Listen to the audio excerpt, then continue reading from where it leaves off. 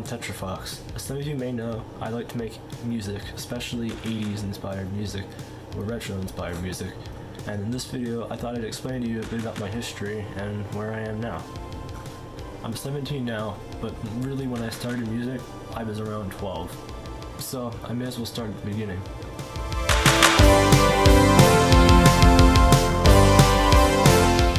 On November 30th, 2004, I was born in Morristown, New Jersey.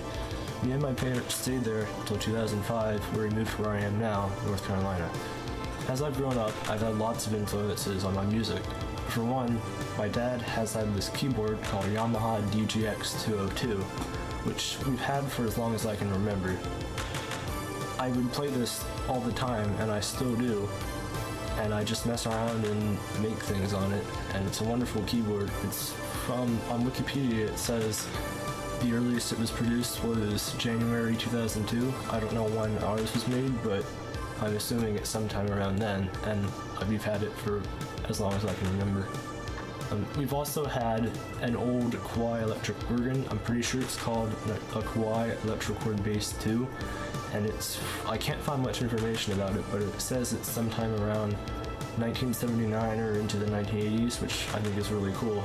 And I've played on that too, but not as much as the Yamaha. So as I was growing up, I had many different things I wanted to try. At first, I wanted to try playing the saxophone, and then later I thought that I might want to play drums, and then I eventually got to where I am now, where I've started playing keyboards. But in the end, I've always loved music. It's been a real big part of my life. Another big thing for me was the radio. I remember my mom would always put it on in the car when we were driving to school or going on trips or anything like that. There was two main radio stations that we would listen to. There was one when I was a lot younger, which was some kids talk show, and the other one is a radio station that we still listen to called 96.1. And on this station they play a lot of different varieties of music, but mainly 80s, 90s, 2000s, 2010s, and now 2020s music. And this radio station has had a huge impact on my musical taste because most of the times it plays 80s music, or music from around the years that I said, or the decades that I said. And I've grown to like a lot of the music that they play on this station. Another influence is my parents' taste, because I remember, again, with my mom and my dad, they would sometimes play music in the car that they had, and that was also more modern music. At the time, this was around the early 2010s probably, so it was lots of more modern pop songs and stuff like that my mom would play, and my dad would play more 70s and 80s, and he still does, and that's also where I find a lot of my musical taste.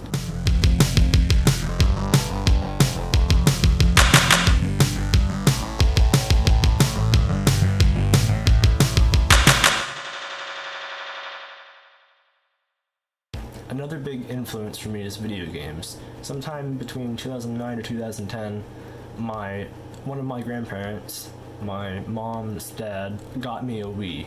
I was 4 or 5 at the time, and I remember my favorite game on this Wii was called Dirt 2 Colin McRae Rally, and it had an absolutely wonderful soundtrack, and I absolutely loved the game.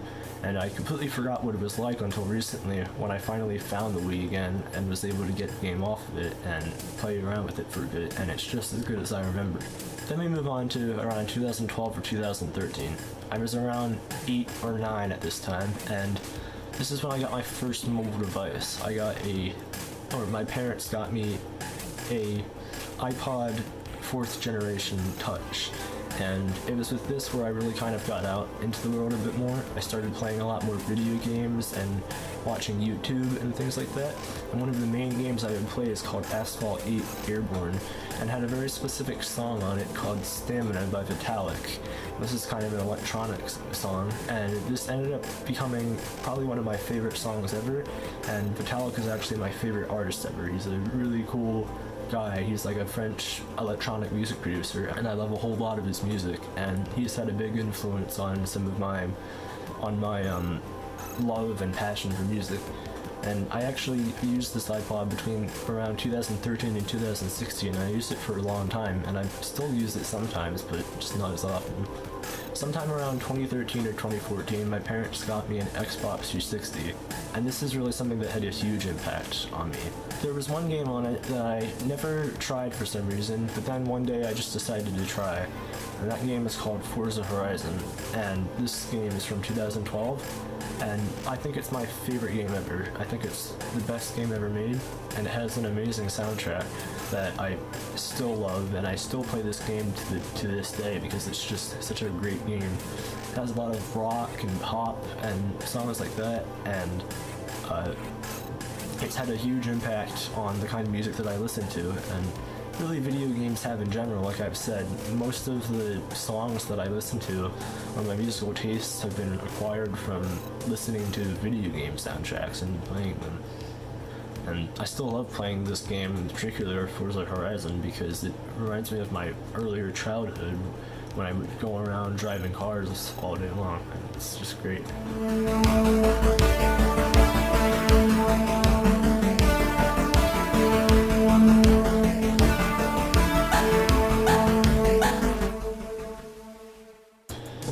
So then we move on to 2015, and this is another year that was pretty big for me. In 2015, my parents got me my first phone, a Moto E. At this point, I started really getting out into the world more, and I was watching YouTube a lot at this point. I also started a YouTube channel at this time, and I made a couple videos.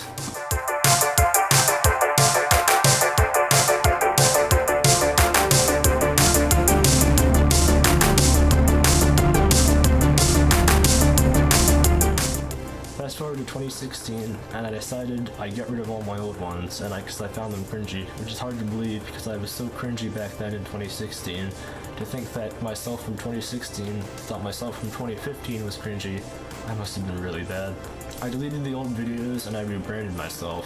I decided I'd start to make some gaming videos, and I wanted to have an intro for my videos, and for some odd reason, I thought the easiest way to do this, rather than find royalty-free music, would be to make my own song. And I'm assuming I did this because I just didn't know how royalty-free music worked, and I was just scared that I would get copyright striked or banned or something like that. But all I know is I ended up trying to make my own theme. And I'm pretty sure my dad actually found out about it, but there's a specific program that you can get on your computer called Music Maker Jam. And it's a music making program that is based off of loops, and essentially how it works is you have music packs, which are genres of music, and each one of these packs have instruments in them, and there's multiple different instruments in each pack that you can combine, or you can combine instruments from other packs and create fusions of songs, and it's actually really cool. So I used this program to make my first couple of intros. I think my first 2 videos had it. And my first video was released on March 19th, 2016, when I was around 11.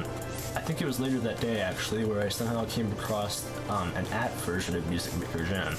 I still remember I was sitting against my bedroom door outside in the hallway, and I just so happened to find this app, and I decided to install it and check it out. And it gave you 2 free packs, dubstep and hip-hop, and so I started making dubstep and hip-hop fusion songs, which sounded awful, but it's what started my music for me. And I remember instantly loving it, and just my sort of passion for making music took off here. I don't really know what I could classify this style of music as, but I guess I would just call it electronic or experimental. It really wasn't anything in particular, it was just me messing around until I made something, which is still kind of how I work now, but it's just a bit more cohesive than it was then. And also, I think I got better as time went on, as I do now. Lots of my later songs were a lot more refined than the earlier ones.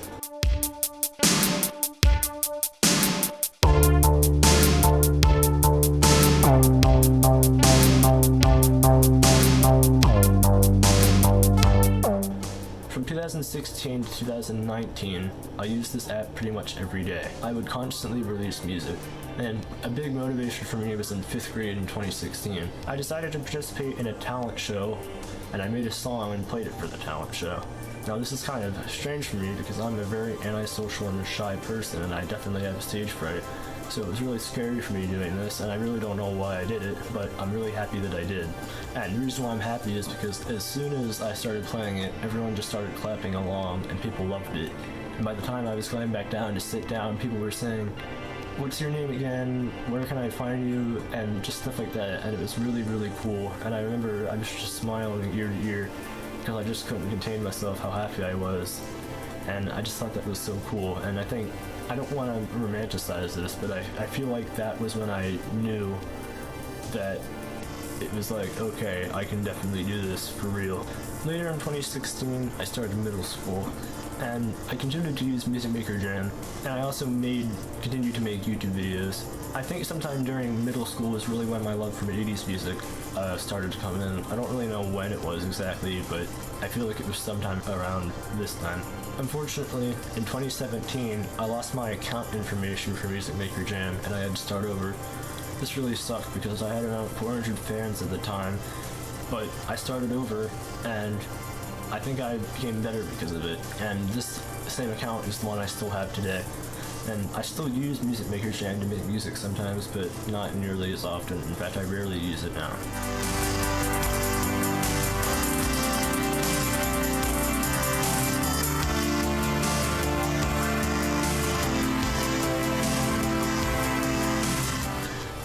For me, 2018 was the next big year. At this point, I was in either 7th or 8th grade, and I had begun watching a YouTuber called Levi Niha. He makes mainly electronic music, and he also posts his song producing process on YouTube. I loved his kind of music, and I really felt inspired to make my own. And I felt that it was time to finally try something a bit more complex than just combining loops together. So I decided to download FL Studio. Sometime later that year, I was working on a school project with my friends. It was for our aerospace and engineering design class. We had to make an infomercial based off a product that we had to make. We had to make a kite, and we decided to make an 80s themed infomercial. I made the music and I designed the graphics for the video. I think I really fell in love with the 80s at this time, and I absolutely love that project that I made. In fact, I still love it, and I think it's one of the best things that I've ever made. On February 27th, 2019, I released my first FL Studio music to YouTube. It was a song called Parallel. It was a sort of electronic song. It was only 30 seconds long, but I still like it, and I think it sounds alright. I continued to use FL Studio for a while, releasing more electronic or EDM styled songs. Then in July 2019, I decided that I wanted to get my first keyboard. I was getting tired of having to use my computer keyboard to play music all the time. I saw that Levi Niha was using an Alesis V25 in most of his videos, and so naturally I got the same thing. The Alesis V25 is just a tiny little 25 key MIDI controller. It has some drum pads, some mod wheels, and some knobs and buttons. The main things I use now are the drum pads, and those are the main things I've always used, but I also use the keys. Although not nearly as much now because it's only 25 keys, I can't really do much with it.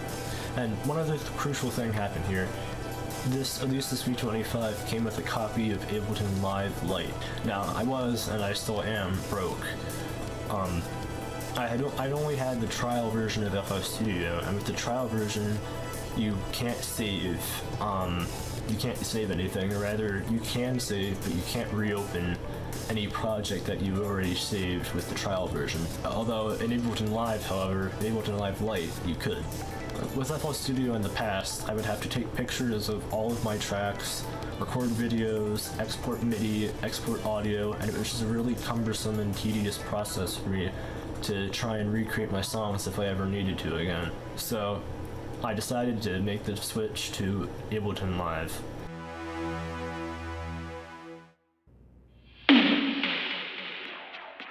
And at first I didn't like it as much because I thought it wasn't as pretty, but I've eventually come to get used to it, and now I can't go back to FL Studio.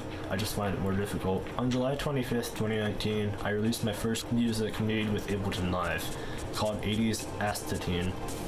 It got more attention than any of the other songs that I had made at the time, so this was really cool. I made it for a video game I've been working on since 2018. I released 2 other songs for this game, and then on September 28th, 2019, when I was 14, I released my first proper 80s style music called Sunset. And Sunset is actually the first song on my debut album, Neon Age.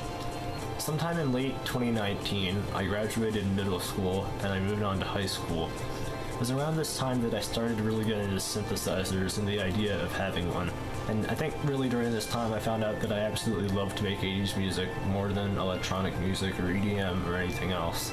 And like I said, I started to research synthesizers that I might be interested in getting. And eventually I narrowed down my choices to 2 synthesizers, either the Roland JX3P, which is actually from the 80s, or the Behringer DeepMind 12, which was a brand new keyboard. And after much deliberation, I ended up choosing the DeepMind 12. I just thought it would be better and easier to maintain, keep, and take care of. And on Christmas, December 25th, 2019, my parents got me the Behringer DeepMind 12. They also got me a stand, an audio interface, and some studio headphones, so I was really able to start making professional music. And I also made music a lot more at this time, now that I had a lot more tools at my disposal. Part of the other reason why I started making a lot more music is because the COVID-19 pandemic hit around this time in 2020. On February 15th, 2020, I released my first full music video for a song I made called Retro Reverb. It was full of 80s sounds, and I think it was a lot better than the previous song I had made, Sunset. It also used the Behringer DeepMind 12 in it as well. Throughout 2020, I released a ton of songs to my YouTube channel, and I think they're some of the best ones that I've made so far. And this also continued into 2021, where I made a couple of songs.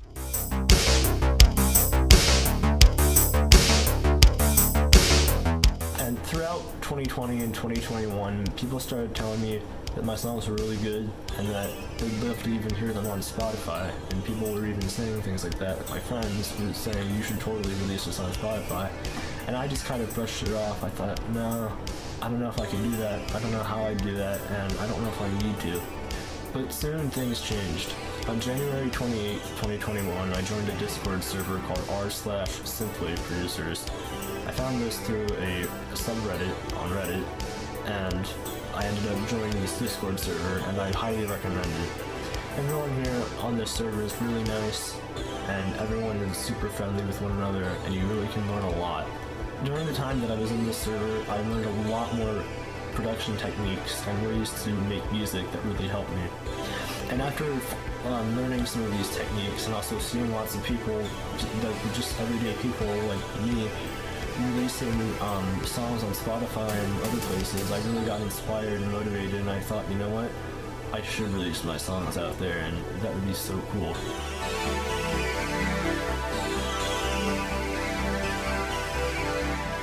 I started to research about it, and on May 10th, 2021, I released my first album, Neon Age. And I was 16 at the time. This was a huge step, and I promoted it everywhere, and I was actually able to get a decent amount of publicity for it and views. I continued to make more music, and I released my second album on July 22nd, 2021. Throughout my time in 2021, I continued to mess around making music, and now I'm also doing that in 2022 as well. And really, we start to get where I am now at this point.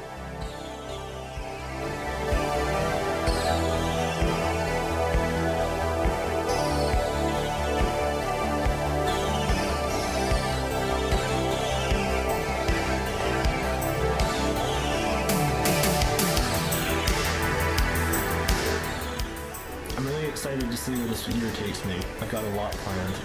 And it will also be really interesting turning 18 in November and really weird. And anyways, there's one other thing that happened between late 2021 and 2022. But I'll continue that in my next video. But until then, I'll see you next time. Bye.